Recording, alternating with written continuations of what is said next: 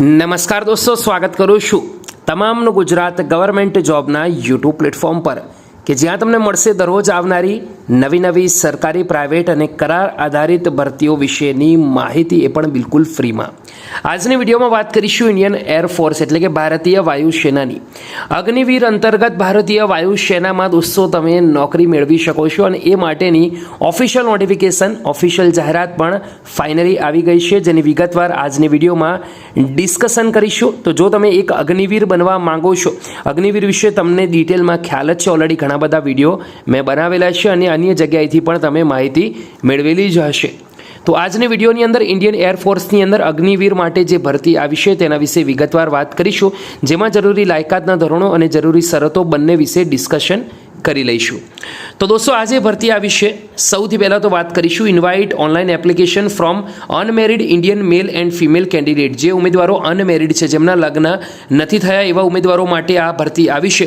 Selection test for Agniveer વાયુ intake first 2023 under Agneepath scheme. તો Agneepath scheme અંતર્ગત અગ્નિવાયુ માટેની આજે ભરતી આવી છે, જેના ઓનલાઈન રજિસ્ટ્રેશન તમે 7 નવેમ્બરથી કરી શકશો અને છેલ્લી તારીખ રહેશે 23 નવેમ્બર 2022. આ તારીખ પછી દોસ્તો તમે ઓનલાઈન માધ્યમથી અરજી નહીં કરી શકો, જેની પરીક્ષા 18 જાન્યુઆરીથી લઈને દોસ્તો 24 જાન્યુઆરી સુધી 2023માં લેવાશે. તો દોસ્તો આ છે બેઝિક માહિતી, અગ્નિવાયુની જે ભરતી આવી છે તેના વિશેની બેઝિક માહિતી. હવે ડિટેલમાં સમજીએ કે લાયકાતના ધોરણો અને જરૂરી શરતો શું છે. તો સૌથી પહેલાં આગળ વાત કરીશું application is required to B field only online by the candidate and detail instruction to fill up the same available at agnivayu.cdec.in. તો દોસ્તો આ ઓફિશિયલ વેબસાઇટ છે, તેના પર નોટિફિકેશન મૂકેલી છે, એકવાર તમે વાંચી લેજો અને અરજી કરતાં પહેલાં લાયકાતના ધોરણો શું છે સૌથી પહેલાં તો એ સમજી લો. ચલો આગળ વાત કરીશું. તો ઓનલાઈન એપ્લિકેશન ક્યારથી શરૂ થશે? તો ઓનલાઈન એપ્લિકેશન શરૂ થશે 7 નવેમ્બરથી, જેની છેલ્લી તારીખ રહેશે 23 નવેમ્બર 2022 અને આ જે ભરતી છે તેનો જાહેરાત ક્રમાંક છે 01/2023. 2023ની પહેલા નંબરની આ જાહેરાત છે, જેની અત્યારથી નોટિફિકેશન આવી છે. એલિજિબિલિટી ક્રાઇટેરિયા એટલે કે યોગ્યતાના ધોરણો શું હશે દોસ્તો, એના વિશે વાત કરીશું. તો સૌથી પહેલાં આવશે જન્મ તારીખ એટલે કે ડેટ ઓફ બર્થ. તો 27 જૂન 2002થી લઈને 27 ડિસેમ્બર 2005ની વચ્ચે બંને દિવસો ગણાઈ જશે. આ તારીખની વચ્ચે તમારો જન્મ થયેલો હોવો જોઈએ. દોસ્તો જો તમારો જન્મ આ તારીખની વચ્ચે થયેલો હશે તો જ અગ્નિવાયુની આ ભરતી માટે તમે અરજી છે તે કરી શકશો. બીજી બાજુ અહીંયા લખેલું છે in case a candidate clear all the stages of the selection procedure then the upper age limit as on the date of enrollment should be 20 years. જો બધી જ તમે ક્રાઇટેરિયા છે તે ફૂલફિલ કરશો તો તમારી એજ રિલેક્સેશન છે દોસ્તો એ 21 વર્ષ સુધીનું રહેશે. મેરિટલ સ્ટેટસમાં લખેલું છે કે અનમેરિડ હોવા જરૂરી છે. એજ્યુકેશન ક્વોલિફિકેશન તરફ આગળ વાત કરીએ તો સૌથી પહેલાં આવશે સાયન્સ સબ્જેક્ટ. લખ્યું છે candidate should have pass intermediate 10+2 equivalent examination with mathematics, physics and English. તો દોસ્તો ધોરણ 12 પાસ કરેલું હોવું જોઈએ મેથેમેટિક્સ, ફિઝિક્સ અને ઇંગ્લિશ સબ્જેક્ટ સાથે, અને મિનિમમ 50% માર્ક્સ CBSE બોર્ડમાંથી આવેલા હોવા જરૂરી છે અને 50% માર્ક્સ ઇંગ્લિશમાં પણ હોવા જોઈએ. ફક્ત ને ફક્ત ઇંગ્લિશ સબ્જેક્ટની અંદર 50% માર્ક્સ અને ઓવરઓલ પણ તમારા 50% ઉપર દોસ્તો હોવા જોઈએ. COBSE બોર્ડમાંથી દોસ્તો જે from education board listed COBSE અંતર્ગત જે પણ એજ્યુકેશન બોર્ડ લિસ્ટેડ છે એમાંથી તમારે દોસ્તો ભણતરી કરેલી હોવી જરૂરી છે. ચલો દોસ્તો આગળ વાત કરીશું. જે ઉમેદવારો લાયકાત નથી ધરાવતા એમના માટે 3 વર્ષનું ડિપ્લોમા કોર્સ લખેલું છે. જો તમે diploma mechanical, electrical, electronic, automobile, computer science, instrumentation technology, information ટેકનોલોજીમાંથી પણ કર્યું હશે તો પણ અગ્નિવાયુના આ ભરતી માટે તમે અરજી છે તે કરી શકશો. એના પછી દોસ્તો આગળ વાત કરીશું. તો past 2-year vocational course with non-vocational subject like a physics, mathematics from a state education board council which listed in COBSE with 55% aggregate and 55% mark in English. તો આ લાયકાત પણ જો તમે ધરાવતા હશો તો આ ભરતી માટે એલિજિબલ હોય અરજી કરી શકો છો. અધર દેન સાયન્સ સબ્જેક્ટ, તો સાયન્સ સબ્જેક્ટ સિવાય શું છે તો 50% ઇંગ્લિશમાં આવેલા હોવા જોઈએ. તમારી ધારો કે તમારી 100 માર્ક્સની પરીક્ષા છે તો મિનિમમ 50 તો દોસ્તો આવેલા જ હોવા જોઈએ. 50ની પરીક્ષા હશે તો મિનિમમ 25 માર્ક્સ તો આવેલા હોવા જોઈએ. તો આ છે ડિટેલમાં વિગતવાર માહિતી. આશા રાખું છું તમને સૌને અહીંયા સુધીની માહિતી ગમી હશે. મેડિકલ સ્ટાન્ડર્ડ શું રહેશે? હાઇટ રહેશે minimum acceptable 152.5 centimetre four mail candidate and 152 centimetre for female candidate, એટલે કે 152.5 સેન્ટીમીટર પુરુષો માટે અને મહિલા માટે 152 સેન્ટીમીટર છે. વેઇટ તો દોસ્તો વેઇટ હોય છે તે પ્રપોઝનેટ ટુ હાઇટ એન્ડ એજ, જે સૂત્ર રહેશે એ પ્રમાણે રહેશે. ચેસ્ટની વાત કરું તો મેલ કેન્ડિડેટમાં 77 સેન્ટીમીટર અને ફૂલાવ્યા પછી 82 સેન્ટીમીટર હોવું જોઈએ. 5 સેન્ટીમીટરનું એક્સપાન્શન હોવું જરૂરી છે. હવે દોસ્તો આગળ વાત કરીશું હિયરિંગ, તો સાંભળતા હોવા જોઈએ 6 મીટરથી. ડેન્ટલની વાત કરીએ તો should have healthy gums, good teeth and minimum 14 dental point, 14 dental point હોવા જોઈએ અને હેલ્ધી હોવા જરૂરી છે. તો જ દોસ્તો આ જે ભરતી છે એની માટે તમે અરજી છે તે કરી શકશો. આશા રાખું છું દોસ્તો અહીંયા સુધીની તમને સૌને માહિતી ખૂબ ગમી હશે. સૌથી પહેલાં તો દોસ્તો જો તમને આ માહિતી ગમી હોય તો વિડીયોને એકવાર જરૂરથી લાઈક કરી આપજો. ચલો દોસ્તો હવે આગળ વાત કરીશું અને વિગતવાર માહિતી મેળવીશું ડિટેલમાં કે અન્ય શું માહિતી અહીંયા લખેલી છે.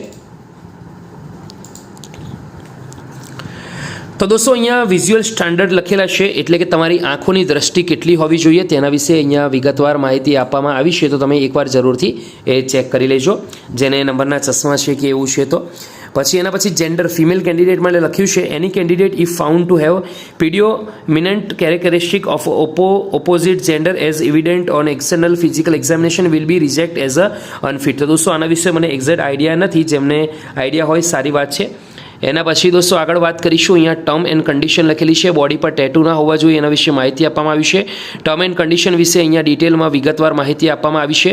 ટ્રેનિંગનું કઈ રીતનું છે તો દોસ્તો અહીંયા ટ્રેનિંગ વિશે પણ અહીંયા માહિતી આપવામાં આવી છે. તો એ તમારું સિલેક્શન થયા પછી તમને ટ્રેનિંગ પણ મળવાપાત્ર રહેશે.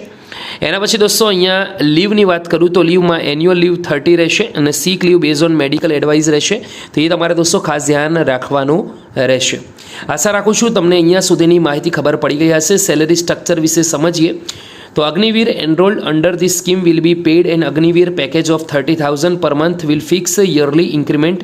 In addition, risk hardship allowance as applicable, IAF, dress and travel allowance will be also B pad. તો 30,000 રૂપિયા સેલેરી રહેશે. એના પછી તમારું યરલી છે તે ઇન્ક્રીમેન્ટ રહેશે. લગભગ મને જ્યાં સુધી યાદ છે અગ્નિવીરનો નિયમ છે કંઈ 4 વર્ષ આસપાસની નોકરી હોય છે અને 4 વર્ષ પછી તમને એકસાથે કંઈ 10 લાખ આસપાસ દોસ્તો પૈસા છે તે મળતા હોય છે. એવું જ્યાં સુધી મને યાદ છે ત્યાં સુધી રહેશે.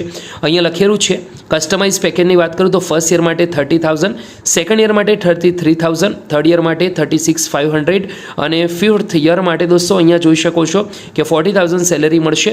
ઇન હેન્ડ તમારા કેટલા આવશે, કન્ટ્રીબ્યુશન અગ્નિવીરમાં કેટલું રહેશે અને કન્ટ્રીબ્યુશન કેમ્પસ ફંડ છે ગવર્મેન્ટ ઓફ ઇન્ડિયા એમાં કેટલું રહેશે.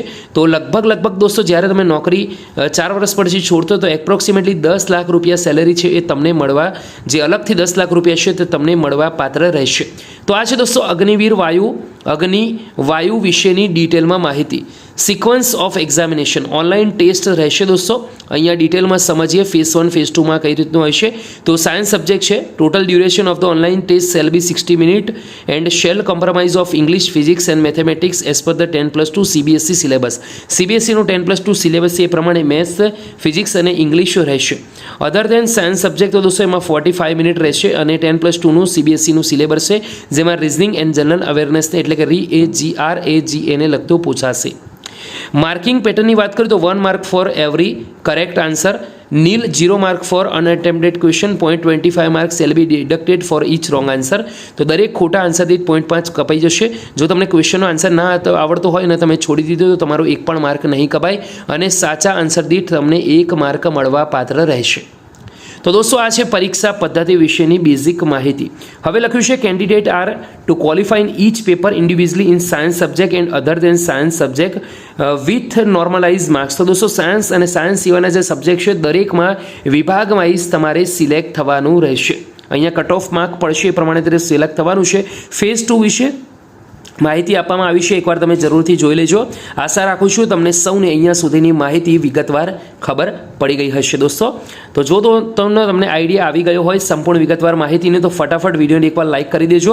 ફિઝિકલ ફિટનેસ ટેસ્ટ PFTમાં શું હોય છે તો 10 પુશઅપ્સ હશે 1 મિનિટમાં, 10 સિટઅપ્સ હશે 1 મિનિટ અને 20 સ્ક્વોટ હશે 1 મિનિટની અંદર. એ તમારે ખાસ ધ્યાન રાખવાનું છે. આ ઉપરાંત અહીંયા દોસ્તો 10 સિટઅપ્સ છે 1 મિનિટ અને 30 સેકન્ડ અને 15 સ્ક્વોટ છે 1 મિનિટના અંદર રહેવાનું હોય છે. તો આ છે દોસ્તો વિગતવાર માહિતી. આશા રાખું છું તમને સૌને અહીંયા સુધીની માહિતી ફરીથી વિગતવાર ખબર પડી ગઈ હશે. તો દોસ્તો જો તમને તમને વિડીયો ગમ્યો હોય તો જરૂરથી એકવાર લાઇક કરજો અને આવી નવી અપડેટ મેળવવા યુટ્યુબ પ્લેટફોર્મ પર જોઈન કરી લેજો. અરજી દોસ્તો તમારે અગ્નિપથવાયુ.cdac.in ની ઓફિશિયલ વેબસાઇટ પર જઈને કરવાનું છે, જેમાં તમારે 250 રૂપિયા ફી ભરવાની રહેશે. અહીંયા સ્ટાન્ડર્ડ છે 250 રૂપિયા ફી તમારે ફરજિયાતપણે ભરવાની છે અને ફક્ત ઓપન કેટેગરીના ઉમેદવારોને જ માટે અહીંયા રહેશે. ઓનલાઈન માધ્યમથી તમે ફી છે તે ભરી શકશો. જો દોસ્તો તમને આ માહિતી ગમી હોય તો વિડીયોને લાઇક કરી આપજો. ફરીથી મળીશું આવી જ એક નવી કોઈ ભરતી અંગેની અપડેટ સાથે. ત્યાં સુધી ગુડ બાય, ટેક કેર, જય.